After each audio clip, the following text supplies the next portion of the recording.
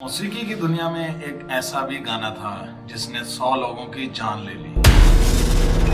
आज की वीडियो में हम जानेंगे वो गाना क्या था, उसको किसने लिखा और क्या वजह बनी कि 100 लोगों ने अपनी जान ले ली।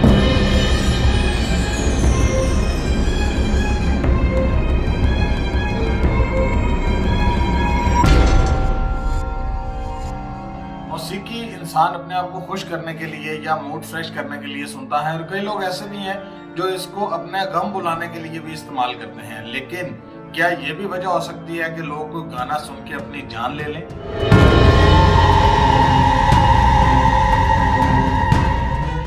मशहूर भारतीय वेबसाइट के मुताबिक हंगरी से ताल्लुक रखने वाले एक मौसीकार जेरोस सेरस ने एक गाना 1933 में लिखा अपनी महबूबा के लिए, जो उसे उस वक्त छोड़ गई थी।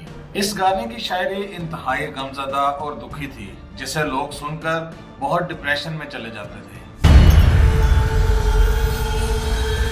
और जो भी इस गाने को सुनता वो खुदकुशी करने पर आमादा हो जाता। इसलिए इस गाने को हंगेरियन सुसाइड सॉन्ग का नाम दिया गया।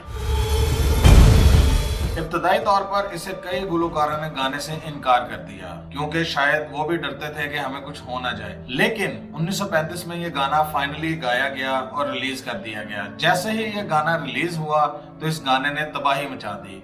लोगों ने खुदकुशियां करना शुरू कर दी। इतना लोग जो है वो गमजदा और दुखी हो जाते थे। और शुरू में लोगों की खुदकुशी की तादाद जो है वो 17 थी,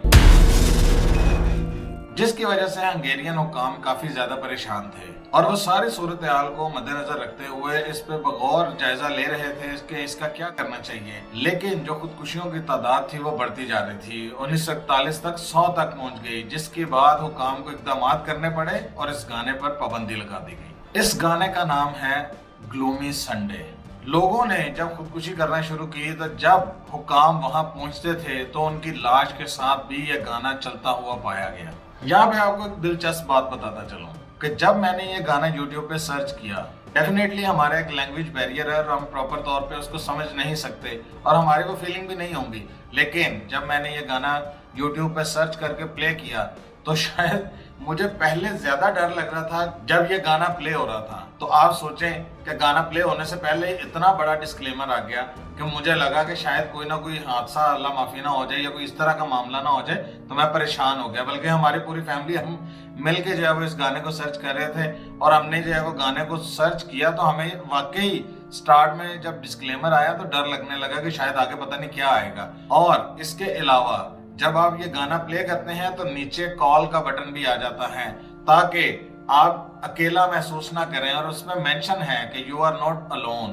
अगर आपको ये गाना सुनकर कोई परेशानी या कोई डिप्रेशन की फीलिंग आती है तो आप इस नंबर पे कॉल करके हमें राब्ता करें ताकि हम आपकी उस मुश्किल या उस परेशानी का हल कर सकें और आप मौत के मुंह में ना चले जाएं। हंगरी के कातिल गाने पर पाबंदी 1941 से 2003 तक लगी रही, लेकिन 2003 में इसको दोबारा जो है वो रिलीज कर दिया गया। इससे पाबंदी हटा दी गई और इस पाबंदी के हटाने के बाद भी कई जानें चली गईं। और हैरानकुन तौर पर इस गाने के मौसीकार रेजो सेरस ने भी अपनी खुदकुशी के लिए संडे का दिन ही चुना और इस गाने को भी ग्लूमी संडे का नाम दिया। और आप ये सुनकर हैरान होंगे कि वो बंदा किस कदर डिप्रेशन में था कि जब इस बंदे ने ये गाना लिखा, उसने अपनी फीलिंग्स का इजहार किया, तो उसके बाद उसने खुद भी खुदकुशी का फैसला किया और एक इमारत की खिड़की से कूद गया। लेकिन हैरानकुन तौर पर वो बच गया और उन्हें हॉस्पिटल मुंतकिल किया गया, जहां पर उनकी देखभाल की गई और उनकी जान बच गई। लेकिन उनका डिप्रेशन किसी तौर कम ना हो सका और उसके बाद उन्होंने वायर के जरिए अपने आप को फंदा लगाकर अपनी जान का खात्मा किया। आज तक हम सुनते आए हैं कि मौसीकी रूह की ग़िज़ा है,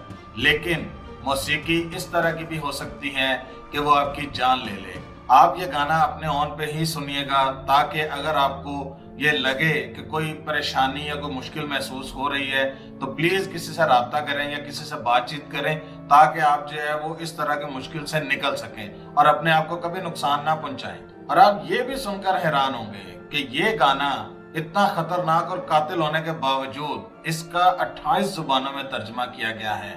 तो आप सोचें कि कितना ज्यादा इम्पैक्ट होगा इसका लोगों की लाइफ पे। हम एक लैंग्वेज बैरियर की वजह से इस गाने को नहीं समझ पाते, लेकिन उन्होंने इसको जो है वो डिफरेंट जुबानों में तराजम करके लोगों को बताया कि वो किस तरह जो है वो इसको समझ सकते हैं और किस तरह वो इसकी डेप्थ में जा सकते हैं कि ये गाने का मतलब क्या था और लोगों पे इसका क्या इम्पैक्ट होगा। मौसीकी को हमेशा अपने आप को तरोताजा और फ्रेश करने के लिए ही सुनें, ताकि आप हमेशा अच्छी जिंदगी गुजार सकें, ना कि उल्टा अपना नुकसान करें। तो इंशाल्लाह नेक्स्ट वीडियो में आपसे मुलाकात होगी किसी और इंटरेस्टिंग टॉपिक के साथ।